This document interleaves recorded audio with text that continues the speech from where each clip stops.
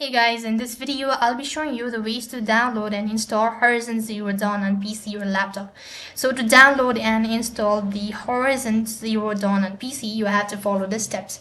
First thing, you have to go to install Steam. Only through Steam you can access the game. So type in steampower.com, it's going to take you to the official page. And here, go ahead and tap on install Steam. Select the device that you're installing Steam on, and next page you're going to run the installation and create your account.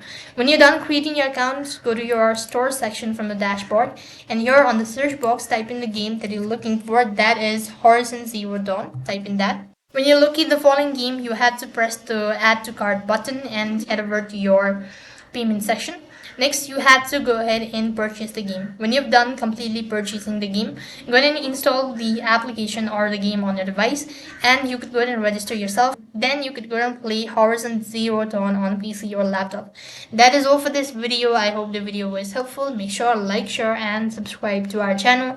Thank you for watching. See you in the next video.